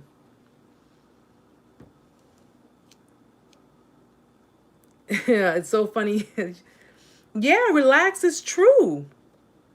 But it's true. It's like, it's to the point where you're like, it's not that you don't ever want to love again. You don't ever want to be in love again. It's just like, I just don't think I want to do it again, because it's like, you know, the whole getting to know people and doing, it's too much. It's just way too much. Like, who has time for that? You know, who has time for it? I sure don't. You know, that's what I also wanted to tell you guys, because, you know, I went back to work earlier in the week after being, I was unemployed, you know, between downsizing and COVID. I was unemployed for like the majority of the year. And I finally went back to work on Monday. And plus, you know, I took on cake orders. So it's thank you, Heather. Thank you. Yeah. And I, you know, I'm starting my little side gig with my bakery, and I'm studying for school, and then I'm doing the content for you guys. And I'm doing all of these things. And it's like, or am I going to find time? Seriously. When am I going to find time to do it? It's just, this is, you know, these blessings are all coming in at once. And it's because I really feel it's God's way of saying, now's your time to put yourself first. Stop worrying about everything else. Stop worrying about if you're going to be in love, if you're going to be married, if you're going to have a husband, if you're going to do any of these things. Stop worrying about that, okay? If you trust me, you know I make no mistakes. Trust me. I already got somebody waiting for you. But I need you to focus on you first. And that's what I'm doing. And I think that's what you guys need to do too. Yes, ma'am. Bossing up really, really well. Orange juice and a sandwich. Well, you know what? Go for it. Go for it. Relax. Yes, Alicia. It comes in many different ways. Sharing what you know and having this tribe is a form of love. Absolutely. I like that. I really like that. I love that. It's self-fulfilling. It's self-fulfilling. Love comes in many different ways. Sharing what you know and having this tribe is a form of love. Absolutely. There are different types of love, guys. We all have it. Thank you, Andrea. Thank you. Yeah, you know, I think, thank you, Awake. And I think that's what we need to focus on, guys. We need to focus on putting ourselves first. We spend all this time putting other people ahead of us. We spend all this time people pleasing. We spend all this time being, you know, kind to people, being good to people, doing all these things for people. And we get shitted on, and we get stepped on, and we get, you know, we get told that we're not good enough in so many words. And we get, you know, we get all of these things. And yet now we have to, you know, we go through our healing, and now we gotta, no, listen, take your time. Okay, relationships is not like the presidency. You understand? It's not like, oh, every 4 years. No, take your time, and you do what you have to do in your life. And then when you're ready, and you're ready to be involved, and you're ready to evolve with someone, then you go for it. But do it when you're healed, because if not, then you're gonna end up doing to these people what this person had done to you. And that's just not fair. It really is not fair at all. Thank you, Relax. Thank you. I'm very, very happy and very excited, guys. And I'm so glad that I was able to do this with you guys today, because, you know, I missed Tuesdays live because I was working, and then I had to work on this cake. I'll post it up in the community so you guys can see it. So you know, you can see what kind of work I do. But you know, and I got this weekend, so I got to use my weekend to study. But it's all in good, you know, it's all with good things. You know, I'm not doing constructive things, you know. So I definitely am happy and excited. And guys, so last part, and then we're gonna be done. Okay, they they will bring up good memories to tug at your heartstrings. All right. So again, these are all Hoover tactics in trying to tug at your heartstrings. It's trying to get you back into that mental state. So like, oh, you remember the time when we went to Disney World, or you remember the time when we were, we went to California and we had a great vacation, we had a great week, and we was like, it was so romantic, and can we have that again? Let's just try to have that again. That's what I want. I just want to have that again. All right. They're going to use good memories to try and lure you back in, because of course they have to, they got to try to, schmooze you, they really try to do it. Thank you, Jade. I thank you so much for that. You guys have been so supportive, and you guys have really, really, really shown so much love, and I'm so super appreciative. And that's why I just postponed the live till today, but we're going back to regular schedule next week. But I do it for, you guys are my motivation to do this. You really, really are, because even though I'm like way beyond in my healing stages, it's knowledge is power and sharing is caring. And of course, not everyone has someone to help them with the process, to help them get through it. So, if you don't have someone, or, like I said, you can email me, guys. You can send me, I think I might start doing mini like Skype sessions just to kind of, talk. If you guys want to talk and maybe vent, if you want to do that, you can do that too. If you want, you just need an ear, you need someone to listen to you. I think I might do that as well. Just so you guys can at least know that you're not alone. You're really not alone. And you trust me, what you're going through, you may meet other people in this chat, you may meet other people on this channel who actually are going through the same thing or have gone through it. I still not yet. Relax. I've been so busy, I still haven't bought it yet. Andrea, good memories is when the mask was, yes, it was. It was when the mask was on. It's when the mask was, oh, Heather, stop. You're fine. Stop it. It's when, and of course they want you to look at it as it was genuine. They want you to look at it as this was who I really was. That person you saw at the end, I was messed up in the head. I was really going through a lot. I was overly emotional. That's not me. That's not who I really am. This is who I really am. I'm really that good, kind-hearted person. I'm really a good person. I really, really am. And you might even see a tear coming down their eye. You might even see a tear coming out down their eye. Okay? So, I mean, listen, crocodile tears. I know a lot of people who have done it. And, we have to really be careful of that, guys. Be very, very careful of that. Because people who cry crocodile tears are not crying for you. They're crying for themselves. Because they're either losing supply, they're not being successful with you, and it's becoming frustrating for them because not only have they lost you and your prime supply, but now they're losing all of that external bullshit. So it's like they're kind of like scampering around like, I need supply, I need something, and of course you're not feeding into it. It's kind of like their IV, like they got an IV in their arm and you're giving them that supply. You're putting that in their arm and you're pull the damn IV and just get the hell out of the hospital. That's all I'm gonna say. Just do it. Just do it, guys. Remember, it's not love. It never was love. Maybe it was for you, but it was not for them. A narcissist isn't capable of connecting emotionally with people. They were not connected emotionally with their own parents, and these are people who gave birth to them. These are people who raised them. They were not capable of emotionally connecting with them. Unfortunately, they will not be able to emotionally connect with you. And if they are full-blown narcissists, we're talking years and years and years of extensive therapy, and maybe that might not even be enough. The Hoover is just to come back and finish the job. Yes. And destroying you. Once they're gone, don't look back. Yes. It's a game of conquest for them. They want to be able to prove to themselves that they can do what it is they do. They can do whatever they want to you, toss you aside, discard you, and then just come back in and pretend like nothing happened. You know, they may wait months, years, but then they'll come back and pretend like nothing happened. And then what happens? Same shit all over again. Same shit all over again. It's just all, it's all too familiar for me because, you know, my last relationship, that's pretty much how it went down. And I already saw, you know, I saw her as I was leaving. I saw her coming in, you know what I'm saying? And it's just kind of like that, well, that didn't work out between the two of you, so what's good, you know?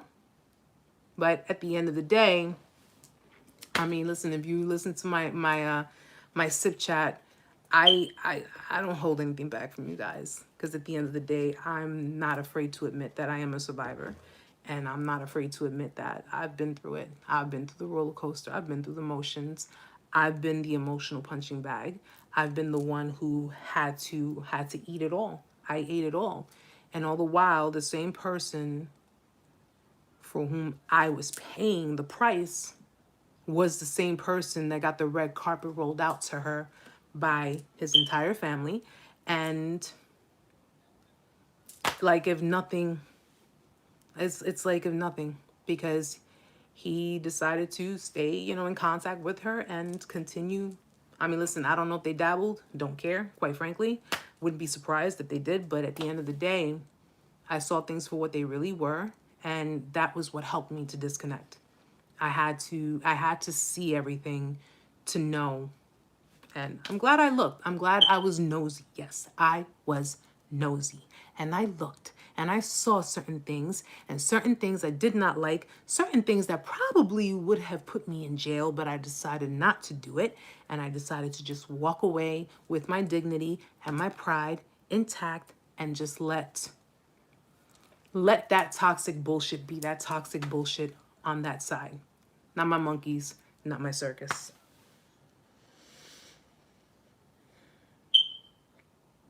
You're very welcome, Andrea. I'm so glad you were able to come, and I'm so glad that you guys, yes, you guys are my tribe. Matter of fact, you know what I'm gonna put? I'm gonna put to the tribe. That's what I'm gonna put. Heather, I had to disconnect because the family was messed up. Yeah, if you're dealing with a narcissist, their family is no better. Their family is no better, and they're not going to treat you the same way, because the minute the narcissist is like, you know, Heather was like this and Heather was like that and blah, blah, blah, and all that stuff. Of course, the family is like, their loyalty is to the narcissist. It's not to you. So their thing is with the narcissist. It's not with you. Okay. So just remember that the family members you met through a narcissist, you need to keep them on that side of the narcissist. You don't need to have anything to do with the family members. Okay. Once you and the narc break up, that's it. The family goes with them because they have to deal with them, not you. They're the ones who got to deal with them, okay? And do not, like I told you guys before, don't expect them to be cool with you and to be, oh, hey, you know, if they do, they're being really fake about it. They're being fake, guys, okay?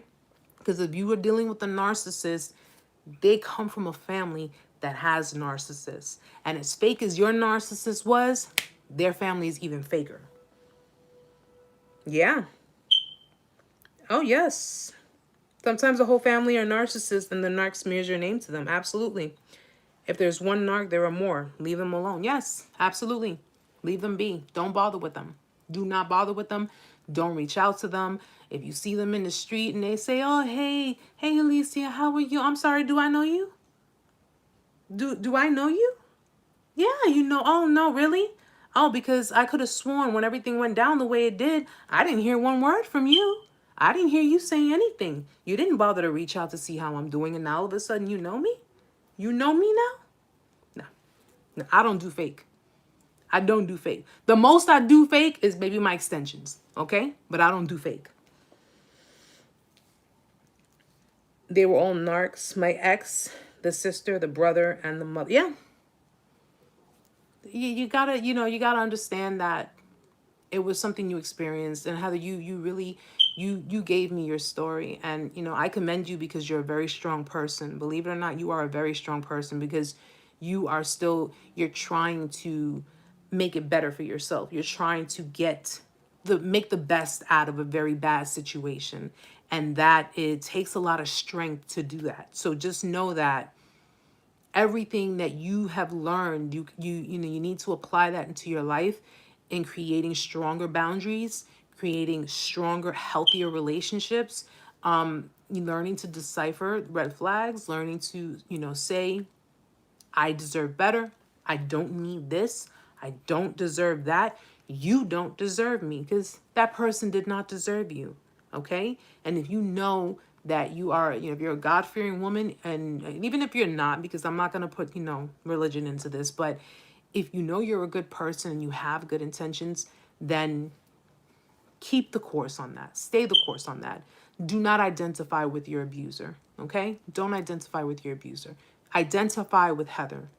Stay the Heather that you know you have always been, and just look at it like this. It's a bump in the road. That's all it is. It's a bump in the road. And know that you have people to talk to. You have plenty of people to talk to. Okay? You know, you message me, and of course, you know, again, I appreciate your story, because that's a very tough story. It really is.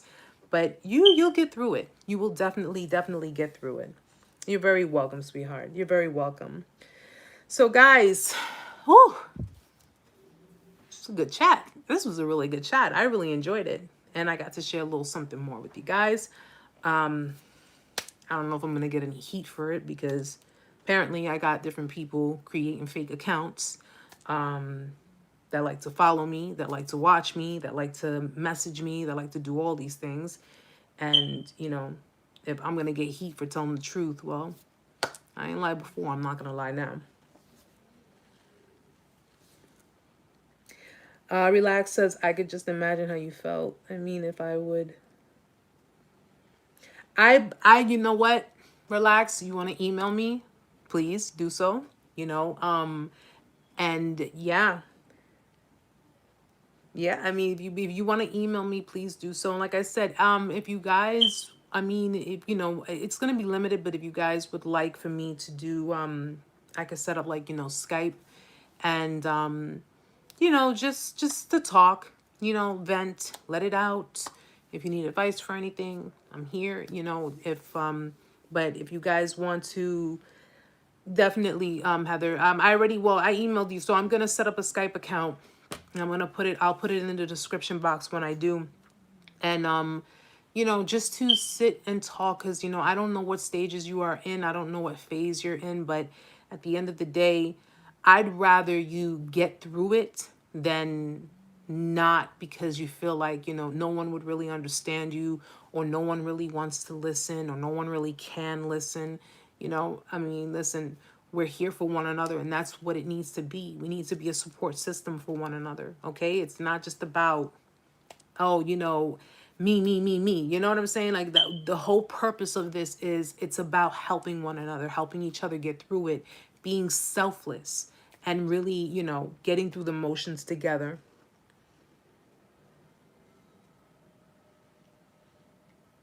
Relax. I'm gonna go, you know what, go into one of my because I still have to set this up when this starts to stream on YouTube. So go into one of my old well, when we're done, go into one of my old live chats, and my email address is in there. Okay, so just shoot me an email. I'm gonna be up for a while anyway, so shoot me an email, and we'll definitely talk.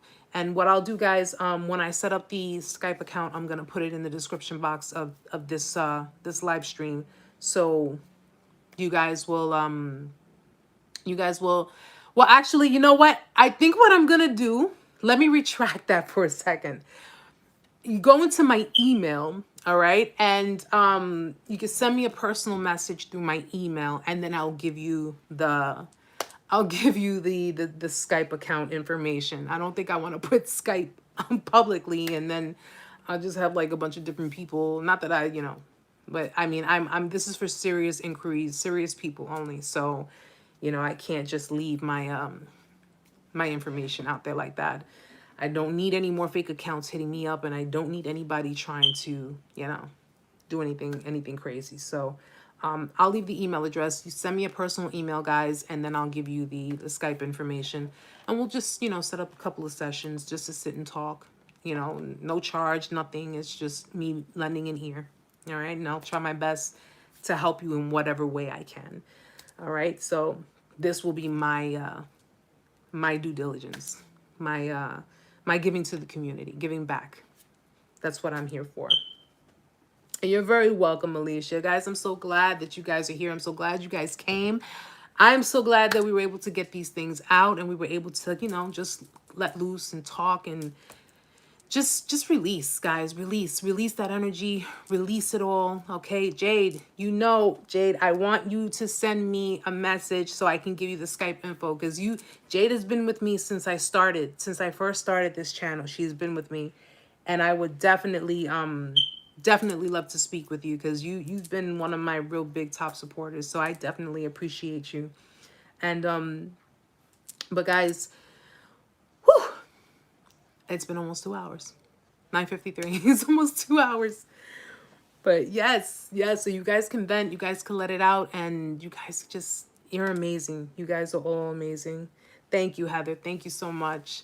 You are all amazing, and I appreciate you all. I appreciate the support. I appreciate the love. I appreciate the word of mouth. I appreciate you sharing. I appreciate everything. I really, really do. I'm getting really emotional right now, so I need to fan myself off. But guys, thank you so much for being with me tonight. Thank you so much for being here. Thank you so much for sharing with me. Thank you for allowing me to share, and you know, just for being who you are. Seriously, thank you all so much. I so appreciate it. You guys really, really mean a lot to me, and your support really means a lot to me too. I am very, very appreciative of it all. And I look forward to speaking with you guys one-on-one. I look forward to having the conversations with you guys, and I look forward to really being an ear for you guys, because that's what I'm here for. So another task, another project, but you know what? That's okay. Keep them coming. Keep them coming. So guys, Alicia, have a great night. You guys have a great weekend. I hope you all enjoy this weekend. I know COVID has been pretty bad, but let's try to make the best of it. Let's really try to make the best of it. I'm going to set up the Skype, and maybe over the weekend I'll do a few videos, you know, with you guys, video chats with you guys, so we can talk, and you know. But what I need for you to do, just so I know who you are, I need for you, when you email me, to obviously, give me your screen name, your name here on the channel, and just a short, just so I know who you are, and I know you are who you say you are, because I know you guys have been with me for the longest, and I don't forget when people fill me in or give me a little bits and details of their stories. So just give me a little bits, you know, and details of your story, so I know that it's really you, and I'm able to respond and give you that information. All right. So my tribe, my lovely, my soul tribe, you guys are a soul tribe, and I'm so appreciative of that. Thank you so much for being here with me, guys. Thank you so much for these 2 hours. It's been great. I don't even feel tired anymore, and I've been up since 6:45 this morning. But thank you so much for being here, guys. You guys are awesome. I will see you next week, Tuesday, 8 p.m. Eastern Standard Time. I think next week we're just going to wing it, you know, in case anybody needs to let anything out. We're just going to wing it on Tuesday and work our way from there. So much love to you guys. Peace, happiness, all that good stuff. Please be sure to like the video. I keep saying video. To like before you leave. And any comments, anything else, leave them in the comment section for me. It's about that time, guys. Yeah, I'm getting old. So, guys, have a great night, and I will see you back here on Tuesday, 8 p.m. Eastern Standard Time. Until then, guys, love you all. Namaste. Good night, guys.